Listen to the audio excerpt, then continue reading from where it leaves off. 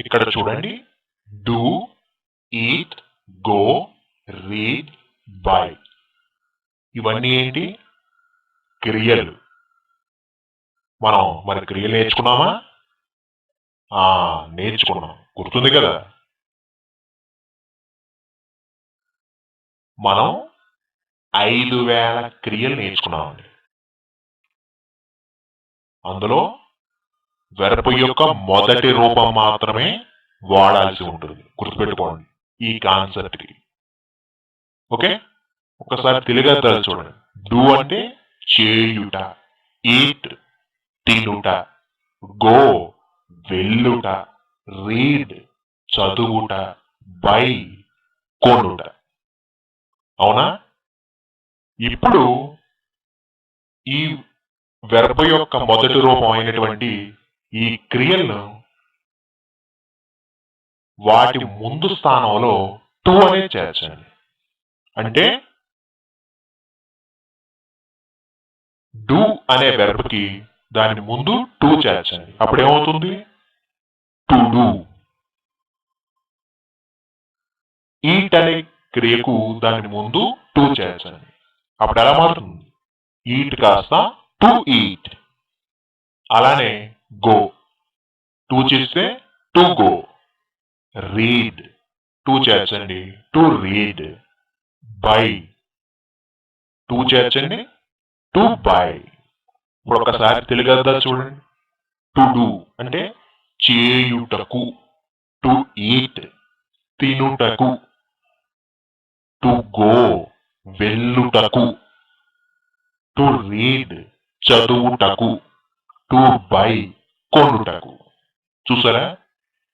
కేవలం టు అనేది వెర్బ్ యొక్క మొదటి రూపం తీసుకుని వాటి ముందు చేర్చి మాట్లాడితే ఎలాంటి మార్పు వచ్చాయో ఓకే, జాగ్రత్తగా నోట్ చేసుకోండి. ఇప్పుడు ఇక్కడ చూడండి, to do, to eat, to go, to read, to by అనేవి ఏంటో, దాని తెలుగు అర్థాలు ఏంటో మనకి తెలుసు. ఇప్పుడు ఆ టు ముందర WHతో మొదలయ్యే ప్రశ్న పదాలు, మీ ఇష్టం వచ్చిన ప్రశ్న పదాలు చేయించండి. తెలుగు అర్థం ఎలా మారుతుందో గమనించండి. ఇక్కడ నేను కొన్ని ఉదాహరణకి ఇచ్చాను, చూడండి. టు డూ అంటే చేయుటకు. టు ముందు వాట్ అనే చేర్చాను. తెలుగు అర్థం ఎలా మారిందో చూడండి. What to do. తెలుగు అర్థం ఏం చేయాలో, ఏం చేయాలో. To eat తినుటకు. వెన్ అనేది చేయించాను, చూడండి. వెన్ టు ఈట్ ఎప్పుడు తినాలో. టు గో వెళ్ళుటకు. వేరనే ప్రశ్న పదం చేర్చండి టు ముందు. వేర్ టు గో ఎక్కడికి వెళ్ళాలో. టు రీడ్ చదువుటకు. టు ముందు హౌ చేర్చండి. ఇప్పుడు కలిపి చెప్తే హౌ టు రీడ్ ఎలా చదవాలో. టు బై కొనుటకు. టు ముందు విచ్ వన్ చేర్చండి. అప్పుడేమైంది? విచ్ వన్ టు బై ఏది కొనాలో లేదా ఏ ఒక్కటి కొనాలో. చూసారా ఎట్లా చేంజ్ అవుతుందో? తెలుగు ప్లస్ ఇంగ్లీష్ గమనిస్తూ ఉండాలి. వాట్ టు డూ ఏం చేయాలో. వెన్ టు ఈట్ ఎప్పుడు తినాలో. వేర్ టు గో ఎక్కడికి వెళ్ళాలో. హౌ టు రీడ్ ఎలా చదవాలో. విచ్ వన్ టు బై ఏది కొనాలో అంటే ఏ ఒక్కటి కొనాలో. ఇక్కడ మీరు ఒకటే గుర్తుపెట్టుకోండి, వెర్బ్ యొక్క మొదటి రూపానికి స్టార్టింగ్ లో టూ ఉపయోగిస్తే దాని అర్థం ఎలా మారింది. ఆ టూకి ముందు WHతో మొదలయ్యే ప్రశ్న పదాలను చేర్చితే తెలుగు అర్థాలు ఎలా మారినాయి అనేది గమనించండి. ఓకే, అర్థమవుతుంది కదా. అందుకోసమే చాలా నెమ్మదిగా అందరికీ అర్థమయ్యే రీతిలో ఇలా చెబుతున్నాను, అంతేగాని మీకు బోర్ కొట్టించే ఉద్దేశం అయితే నాకు లేదు. ఓకే, ఎందుకంటే ఫస్ట్ టైం మీరు ఈ వీడియో చూస్తున్నారు కాబట్టి ఇంగ్లీష్ నేర్చుకోవడానికి క్లియర్గా ఉండాలనే ఉద్దేశంతో చెబుతున్నాను, వినండి. ఓకే, నెక్స్ట్ ఇప్పుడు మనకు తెలిసిపోయింది కదా ఏం చేయాలో అంటే ఇంగ్లీష్లో వాట్ టు డూ, ఎప్పుడు తినాలో ఇంగ్లీష్లో వెన్ టు ఈట్, ఎక్కడికి వెళ్ళాలో ఇంగ్లీష్లో వేర్ టు గో, ఎలా చదవాలో హౌ టు రీడ్, ఏది కొనాలో అంటే ఏ ఒక్కటి కొనాలో ఇంగ్లీష్లో which one to buy. Okay, ఇంతవరకు బాగానే ఉంది కదా. ఇప్పుడు మనం కొంచెం సెంటెన్స్ ని పెంచుదాం. ఓకే, ఇక్కడ చూడండి, ఏం చేయాలో నాకు తెలుసు, ఏం చేయాలో నాకు తెలుసు. ఇప్పుడు దీన్ని ఇంగ్లీష్లో చెప్పాలి. మరి మనకి ఇంగ్లీష్లో వచ్చా? వచ్చు. ఏం చేయాలో అంటే ఇప్పటివరకు ఏం చెప్పాం? What to do. నాకు తెలుసు అంటే ఐ నో.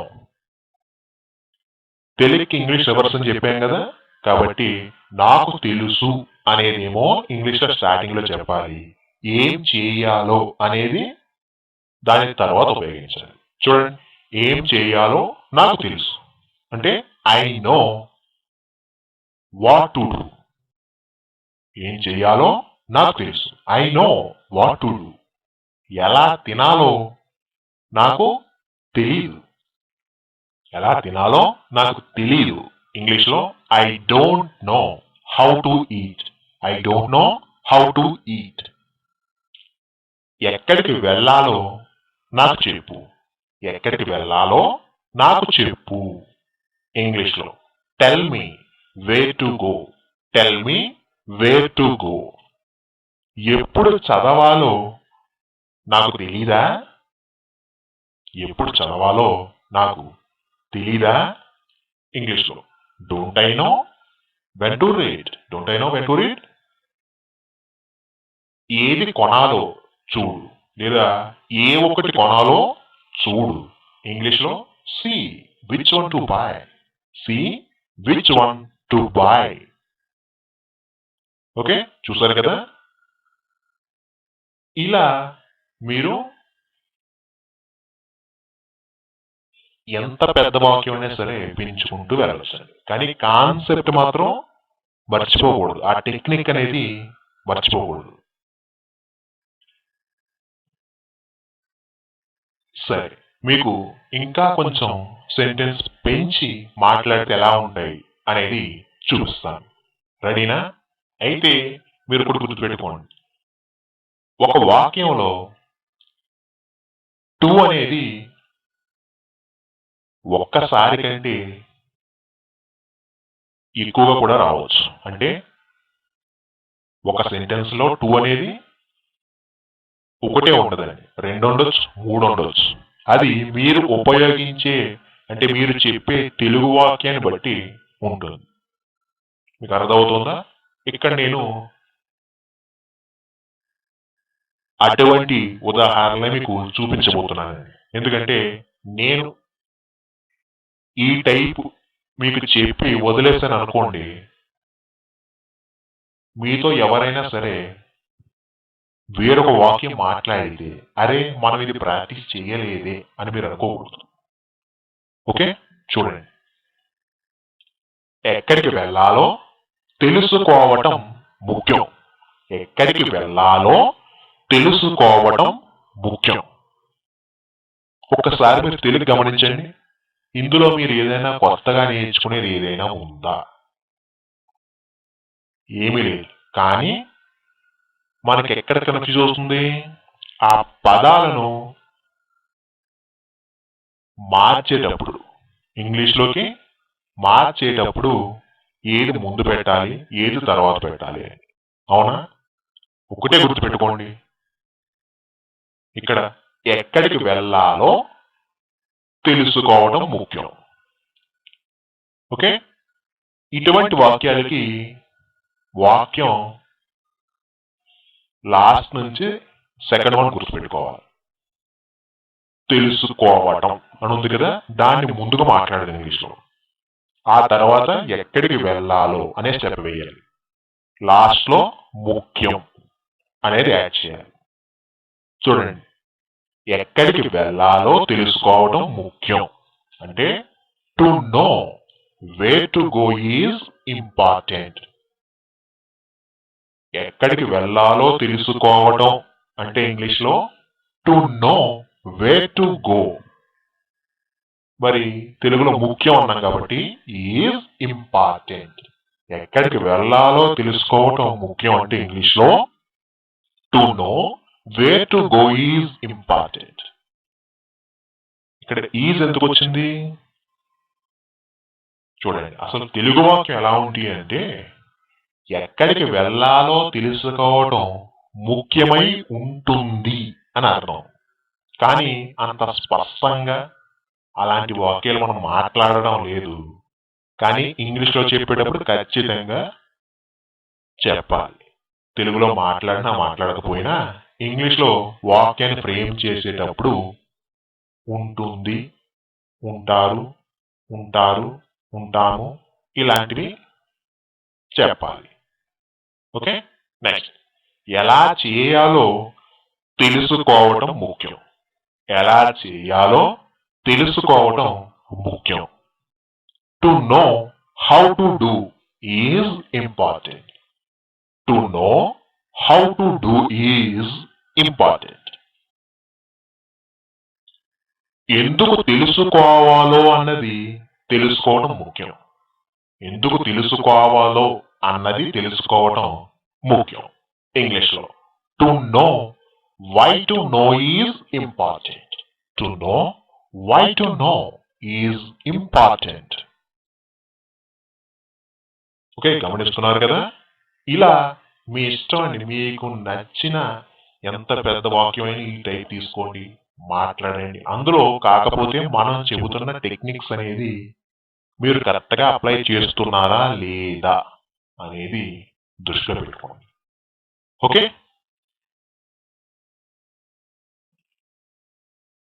ఇప్పుడు ఇక్కడ చూడండి.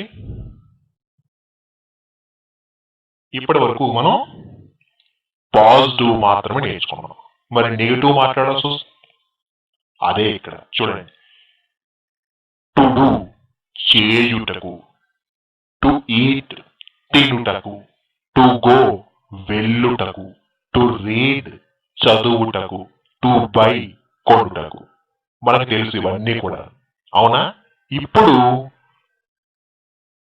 టు అనే పదానికి ముందు నాట్, NOT నాట్ అనే పదాన్ని చేర్చండి. తెలుగు అర్థం ఎలా మారుతుందో గమనించండి.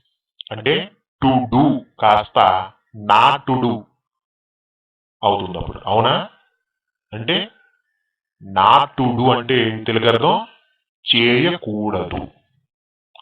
నాట్ టు ఈట్ తినకూడదు. నాట్ టు గో వెళ్ళకూడదు. నాట్ టు రీడ్ చదవకూడదు. Not to buy కొనకూడదు.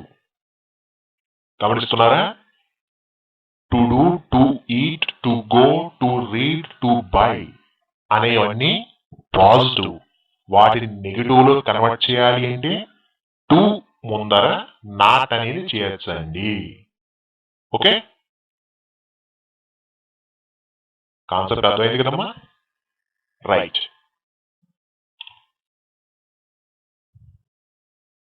చేయకూడదు ఇంగ్లీష్లో నాట్ టు డూ. తినకూడదు ఇంగ్లీష్లో నాట్ టు ఈట్. వెళ్ళకూడదు ఇంగ్లీష్లో నాట్ టు గో. చదవకూడదు నాట్ టు రీడ్. తినకూడదు నాట్ టు ఈట్.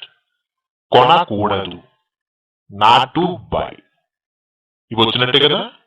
ఇప్పుడు చూడండి, ఇప్పుడు నాట్ ముందు WHతో మొదలయ్యే ప్రశ్న పదాలు చేర్చి మాట్లాడండి. అప్పుడు తెలుగు అర్థాలు ఎలా మారుతున్నాయో గమనించండి. ఉదాహరణకి నేను మిమ్మల్ని తినకూడదు అని నేను చెప్పాను అనుకోండి, మీరు ఏమంటారు వెంటనే? ఎందుకు తినకూడదు, ఎక్కడ తినకూడదు, ఎలా తినకూడదు, ఇలాంటి మాటలు వస్తాయి కదా, అవునా? అలానే ఇంగ్లీష్లో కూడా మీరు ఏం చేయాలి? నేను ఇప్పుడు చేయకూడదు అని చెప్పాను, ఇంగ్లీష్లో ఏం చెప్తాను? నాట్ టు డూ అని చెప్తాను. వెంటనే మీరు ఏమంటారు? ఏం చేయకూడదు అంటారా?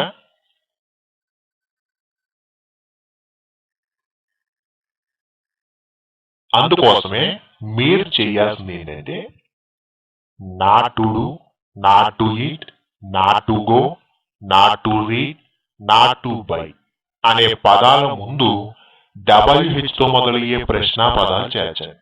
మీకు ఇష్టం, మీ ఇష్టం అండి, అవి ఏ ప్రశ్న పదాలైనా కావచ్చు, WHతో మొదలయ్యే ప్రశ్న పదాలు చేర్చండి. అర్థాలు ఎలా మారుతున్నాయో చూడండి.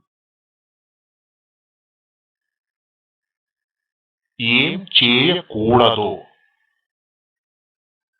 ఇంగ్లీష్లో వాట్ నాట్ టు డూ, ఇలా గుర్తుపెట్టుకోండి. ఓకే,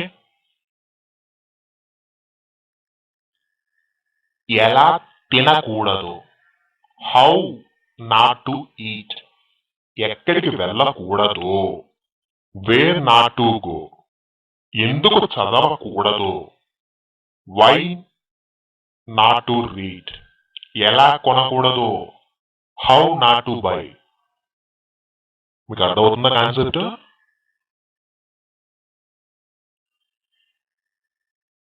ఇప్పుడు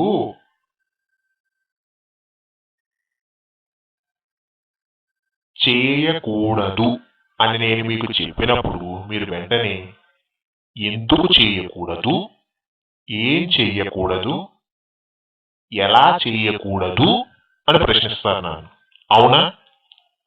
అయితే వాటిని ఇంగ్లీష్లో what not to do, how not to eat, where not to go, why not to read, how not to buy అని చెప్పాను. కానీ తెలుగు అర్థాలు మాత్రం ఎందుకు చేయకూడదు, ఎలా తినకూడదు, ఎక్కడికి వెళ్ళకూడదు అని చెప్పడం లేదు. దో అనేది యాడ్ చేయమంటున్నాను. అంటే ఏం చేయకూడదు కాస్త ఏమి చేయకూడదు అని చెప్పమంటున్నాను. అర్థమవుతుంది కదా? ఎలా తినకూడదు కాస్త ఎలా తినకూడదు, ఎక్కడికి వెళ్ళకూడదు అనేది ఎక్కడికి వెళ్ళకూడదు, ఎందుకు చదవకూడదు అనేది ఎందుకు చదవకూడదు, ఎలా కొనకూడదు అనేది ఎలా కొనకూడదు. ఇలా మీరు గుర్తుపెట్టుకోవాలని నేను చెబుతున్నాను అంతే. కన్ఫ్యూజ్ ఏమీ ఉండదు, పడాల్సిన అవసరమూ లేదు. ఓకే, ఇలా ఎందుకు చెప్తున్నాను అంటే మనం పెద్ద పెద్ద వాక్యాలు మాట్లాడేటప్పుడు మీకు అర్థమవుతుంది ఇలా ఎందుకు చెప్పారు. ఇలా నేర్చుకోవడం తప్పేమీ కాదమ్మా, అర్థమైందా? మీకు సింపుల్ గా గుర్తుండడం కోసం నేను ఈ టెక్నిక్స్ చెప్పాల్సి వస్తుంది అంతే కానీ జనరల్ గా చాలా మంది ఈ వీడియో చూస్తున్న వారు ఇది తప్పేమో అని భావిస్తుంటారు. ఆ తప్పేమీ కాదు. అది మీకు ఎలా తెలుస్తుందంటే వాక్యాలు మాట్లాడేటప్పుడు మీకు క్లియర్ గా అర్థమవుతుంది, పెద్ద పెద్ద వాక్యాలు మాట్లాడేటప్పుడు. ఓకే, చూడండి ఇక్కడ ఇప్పటి వరకు ఒక పాజిటివ్ అండ్ నెగిటివ్ ఎట్లా మాట్లాడాలో చూసాం, విడివిడిగా చూసాం. ఇప్పుడు ఆ రెండు కలిపి మాట్లాడాల్సి వస్తే ఎలా అనేది చూడండి, ఇక్కడ క్లియర్ గా చెప్తాను చూడండి. ఏమి చేయాలో ఏమి చేయకూడదో తెలుగు వాక్యం చూడండి. ఏం చేయాలో ఏమి చేయకూడదో. ఫస్ట్ చూడండి, ఏం చేయాలో ఇంగ్లీష్లో వాట్ టు డూ వచ్చిందా? ఏమి చేయకూడదో ఇప్పుడే నేర్చుకున్నాం, ఏంటి? What not to do. ఇప్పుడు ఈ రెండు వాక్యాలను కలపాలి కాబట్టి అండ్ అనేది మధ్యలో ఉపయోగించామండి. ఓకే, ఏం చేయాలో ఏమి చేయకూడదో అంటే ఇంగ్లీష్ లో what to do and what not to do. ఏం తినాలో ఏది తినకూడదు లేదా ఏం తినకూడదు. ఇంగ్లీష్ లో what to eat and what not to eat. What to eat and what not to eat. ఎక్కడికి వెళ్ళాలో ఎక్కడికి వెళ్ళకూడదు. ఎక్కడికి వెళ్ళాలో ఎక్కడికి వెళ్ళకూడదు. ఇంగ్లీష్ లో where to go and where not to go. Where to go and where not to go. అర్థమైందా? ఇలా కూడా మరి మనం మాట్లాడతాం కదా. మిగిలినవన్నీ కూడా ఈ టైప్ లో మీరే మీ అంతటి మీరు ప్రిపేర్ చేసుకుని మాట్లాడి చూడండి. ఓకే, కేవలం ఈ చిన్న వాక్యంతో సరిపోదండి. ఈ పాజిటివ్ నెగిటివ్ కలిపి మనం పెద్ద పెద్ద వాక్యాల్లో కూడా మాట్లాడతాం. మరి అది ఎలాగో అనేది మరి ఉదాహరణ చూపించాలి కదా. మరి వెళ్దామా? సరే.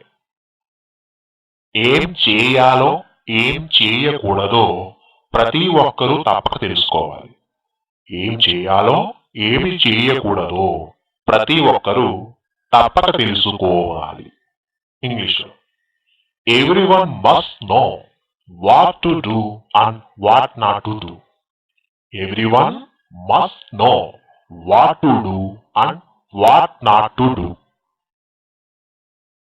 నెక్స్ట్, ఏం చేయాలో ఏమి చేయకూడదో ఆమెకి తెలిస్తే ఆమె ఖచ్చితంగా ఆ పని చేస్తుంది. ఏం చేయాలో ఏమి చేయకూడదో ఆమెకి తెలిస్తే ఆమె ఖచ్చితంగా ఆ పని చేస్తుంది. ఇంగ్లీష్ లో if she knows what to do and what not to do, she must do that work. If she knows what to do and what not to do, she must do that work. Next, ఏం నేర్చుకోవాలో ఏమి నేర్చుకోకూడదో కృష్ణకి తెలుసు. ఏం నేర్చుకోవాలో ఏమి నేర్చుకోకూడదో కృష్ణకి తెలుసు. English Krishna knows what to learn and what not to learn. Krishna knows what to learn and what not to learn. చూసారు కదా, ఇలా ఎన్ని వాక్యాలైనా సరే మీరు ఒక పాజిటివ్ నెగిటివ్ కలిపి ఇలా మాట్లాడవచ్చు. ఓకే, ఇప్పుడు మరొక చిన్న మోడల్ నేర్చుకోబోతున్నామండి. ఓకే, అది ఎలా అంటే చూడండి. ఏం చేయాలో ఏమి చేయకూడదు. ఏం చేయాలో ఏమి చేయకూడదు ఎలా చెప్పాలి ఇంగ్లీష్ లో? ఆల్రెడీ మీరు ఇప్పుడే చూసారు. ఏంటి? What to do and what not to do. అవునా? ఆ చివరి పదం అయినటువంటి టు తర్వాత వెర్బ్ వాడుతున్నాం కదా, ఆ టు ప్లస్ వెర్బ్ అనేది తీసేయండి. అర్థమవుతుంది? ఇక్కడ డిస్ప్లే అవుతుంది, గమనించండి. ఏం చేయాలో ఏమి చేయకూడదు అంటే ఇంగ్లీష్ లో what to do and what not to do. నా తర్వాత ఉండేటువంటి ఆ రెండు పదాలు తీసేయండి. తీసేసిన అర్థంలో ఎటువంటి మార్పు ఉండదు. అర్థమవుతుందా? అదే అర్థం వస్తుంది. అంటే what to do and what not అంటే దాని అర్థం తెలుగులో ఏం చేయాలో ఏమి చేయకూడదో అనే అర్థం వస్తుందే తప్ప అర్థంలో మార్పు రాదు. చూడండి, ఏం తినాలో ఏది తినకూడదు ఇంగ్లీష్ లో what to eat and what not. What to eat and what not. ఇక మరలా వాట్ నాట్ టు ఈట్ అని చేర్చక్కర్లేదు. ఓకే, ఎక్కడికి వెళ్ళాలో ఎక్కడికి వెళ్ళకూడదు ఇంగ్లీష్ లో where to go and where not అంటే సరిపోతుంది. వేర్ నాట్ టు గో అని మరలా చెప్పక్కర్లేదు. అర్థంలో ఎటువంటి మార్పు రాదు. ఓకే, మీరేం టెన్షన్ పడక్కర్లేదు. అసలు ఇలాంటివి వాక్యాలు ఉపయోగిస్తామా మరి అని మీకు డౌట్ రావచ్చు. ఆ డౌట్ కూడా క్లియర్ చేయడానికి నేను కొన్ని వాక్యాలు మీకు ఉదాహరణగా చూపించబోతున్నాను. మరి చూద్దామా? రైట్. ఏమి తినాలో ఏమి తినకూడదో మీకు తెలుసా? ఏం తినాలో ఏమి తినకూడదో మీకు తెలుసా? ఇంగ్లీష్లో do you know what to eat and what not? What to eat and what not. లేదా do you know what to eat and what not to eat? ఏమి వ్రాయాలో ఏమి వ్రాయకూడదో మీకు తెలుసా? ఏమి వ్రాయాలో ఏమి వ్రాయకూడదో మీకు తెలుసా? ఇంగ్లీష్లో do you know what to write and what not? Do you know what to write and what not? లేదా do you know what to write and what not to write? ఎక్కడికి వెళ్ళాలో ఎక్కడికి వెళ్ళకూడదో మీకు తెలీదా? ఎక్కడికి వెళ్ళాలో ఎక్కడికి వెళ్ళకూడదో మీకు తెలీదా? ఇంగ్లీష్లో don't you know where to go and where not? Don't you know where to go and where not? లేదా don't you know where to go and where not to go? ఎలా మాట్లాడినా తప్పేమీ ఉండదు, అర్థంలో చేంజ్ అనేది ఉండదు. ఓకే, ఇలా ఎందుకు చెప్తున్నానంటే మనం మాట్లాడే సెంటెన్స్ అనేది చిన్నదిగా ఉండాలి, కానీ అర్థాలు మాత్రం మారకుండా అదే మీనింగ్ తో ఉండాలి. అలాంటి మాట్లాడితే మనం త్వరగా నేర్చుకోగలమండి. ఓకే, మీకు ఇటువంటి ఎన్నో ముందు ముందు వీడియోస్ లో మీకు ఉంటాయి. ఓకే, ఇక ఇప్పుడు ఒక తర్వాత స్టెప్ వెళ్దాం, అంటే తర్వాత మోడల్ చూద్దాం. అదేంటో తెలుసా? చూడండి. చేయాలా లేక వద్దా? అంటే చేయాలా లేక చేయకూడదా? ఇంగ్లీష్ ఎలా చెప్పాలో చూడండి. To do or not to do? తినాలా లేక వద్దా? లేదా తినాలా లేక తినకూడదా? ఇంగ్లీష్లో to eat or not to eat? వెళ్ళాలా లేక వద్దా? లేదా వెళ్ళాలా లేక వెళ్ళకూడదా? ఇంగ్లీష్లో to go or not to go? చదవాలా లేక వద్దా? లేదా చదవాలా లేక చదవకూడదా? ఇంగ్లీష్లో to read or not to read? Okay, జాగ్రత్తగా గమనించండి. జస్ట్ మీరు ఆర్ అనేది యాడ్ చేస్తున్నారు అంతేనండి. ప్రీవియస్ స్లైడ్స్ లో మీరు చూసారు కదా, ఒక పాజిటివ్ నెగిటివ్ కలపటానికి అండ్ ఉపయోగించాం, ఇక్కడ ఆర్ ఉపయోగిస్తున్నాం అంతేనండి. ఓకే, మీరు సింపుల్ గా అలా గుర్తుపెట్టుకోండి, కన్ఫ్యూజన్ ఉంటాయి. ఓకే, ఇప్పుడు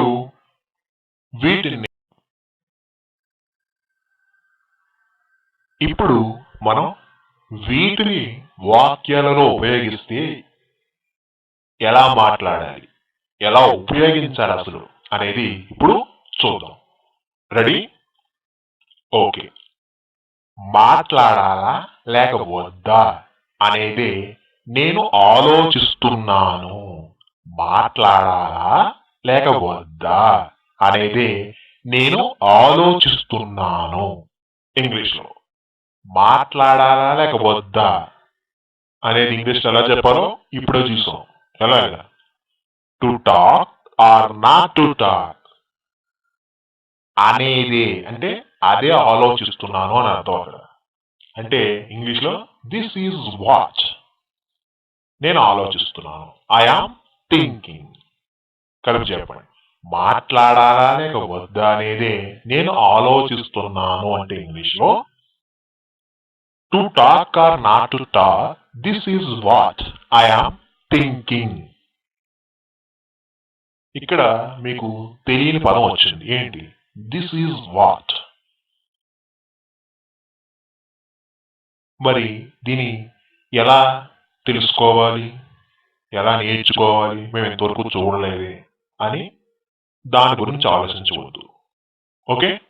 ఎందుకంటే మా ముందు వీడియోస్లో ఈ ఒక్క పదమే కాదండి, this is what, this is where, this is how, this is when, ఇలాంటివి పదాలు మీరు చూడబోతారు. ఓకే? కాబట్టి ఆ విషయాన్ని పక్కన పెట్టేసి మాట్లాడాలా లేక వద్దా, చేయాలా లేక చేయకూడదా, వీటిపై దృష్టి పెట్టండి. ఓకే?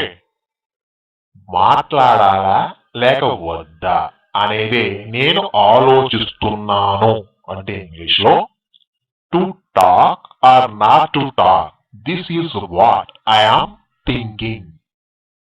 చేయాలా లేక వద్దా అనేది నేను ఆలోచిస్తున్నాను. చేయాలా లేక వద్దా అనేది నేను ఆలోచిస్తున్నాను. ఇంగ్లీష్లో to do or not to do, this is what I am thinking. To do or not to do, this is what I am thinking. అడగాలా లేక వద్దా అనేది ఆమె ఆలోచిస్తుంది. అడగాలా లేక వద్దా అనేది ఆమె ఆలోచిస్తుంది. English to ask or not to ask, this is what she is thinking. To ask or not to ask, this is what she is thinking. చూసారు కదా? ఇలా మీకు నచ్చిన వాక్యాల్లో ఇలా అడగాలా వద్దా, చేయాలా చేయకూడదా, వెళ్ళాలా వెళ్ళకూడదా, మాట్లాడాలా మాట్లాడకూడదా, చూడాలా చూడకూడదా, ఇవ్వాలా ఇవ్వకూడదా, మీ ఇష్టం. ఇంకా ఒక్క ఆ వాక్యాన్ని ఫ్రేమ్ చేయడం మీకు వచ్చేసింది అంటే ఎన్నైనా మీరు మాట్లాడేస్తారు. అవునా? బాగా అర్థమవుతున్నాయా మరి? రైట్. అసలు సంగతి తెలుసా? అసలు సంగతి తెలుసా? ఇప్పటి వరకు మనం what to eat, where to eat, when to eat, how to eat, అలానే negative what not to eat, where not to eat, when not to eat, how not to eat, ఇలా రకరకాలుగా మనం నేర్చుకున్నాం. వాటి ఉపయోగాలు ఎలా ఉంటాయని కూడా వాక్యాలలో చూసాం. అయితే వీటికి అసలు రూపం మరొకటి ఉందండి. అదేంటో ఇప్పుడు మీరు చూడబోతున్నారు. అసలు ఈ వాక్యాలు ఇలా రావటానికి ఒక స్ట్రక్చర్ ప్రధాన కారణం. ఆ స్ట్రక్చర్ ఏంటో ఇప్పుడు మీకు చూపిస్తాను చూడండి. ఏం చేయాలి, ఇంగ్లీష్లో చెప్పాలి వాట్ టు డూ. ఏం చేయాలి అంటే వాట్ టు డూ. ఇప్పటి వరకు నేర్చుకున్నాం కదా ఇవి. దీని అసలు రూపం చూడండి. నేను ఏం చేయాలి. ఏం చేయాలి అంటే నేనేం చెయ్యాలి అనే కదా అర్థం.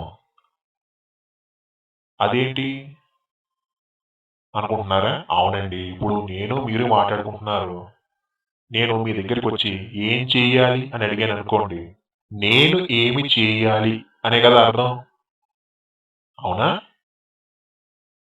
అది అలా గుర్తుపెట్టుకోండి. ఓకే? చూడండి, నేను ఏం చేయాలి అంటే what I have to do.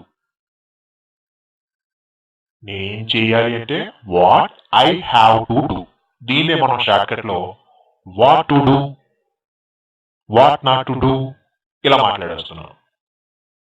అర్థమవుతుంది కదా? ఇలా మీకు already have to or has to, had to అనే టాపిక్ మీద వీడియో మీరు చూస్తారు. స్ట్రక్చర్స్ అనే కాన్సెప్ట్ ద్వారా చూసినప్పుడు have to, has to or had to అనేది ఎలా ఉపయోగించాలో వాక్యాలలో తెలుస్తుంది. అయితే ఇప్పటివరకు మరి వాటి ఉపయోగం మరి తెలియదు కదా. తెలియనప్పుడు ఈ విధంగా నేర్చుకోండి. What to do, what not to do, where to go, where not to go, ఇలా నేర్చుకోవాలి. ఓకే? సరే, మీకు క్లియర్ అర్థమైందండి? క్లియర్గా మీకు ఇంకా ఉదాహరణలు ఇస్తే బాగుంటుందనే ఉద్దేశంతో మీకు మరొక కొన్ని ఉదాహరణలు ఇస్తాను చూడండి. నేనేం చేయాలో నాకు తెలుసు. నేనేం చేయాలో నాకు తెలుసు. ఇంగ్లీష్లో I know what to do. I know what to do. దీని అసలు రూపం ఏంటి ఇంగ్లీష్లో? I know what I have to do. What I have to do. మీరు ఇంగ్లీష్లో I know what to do అన్న, I know what I have to do అన్న అర్థంలో తెలుగు అర్థంలో ఎటువంటి మార్పు రాదు. గమనించండి.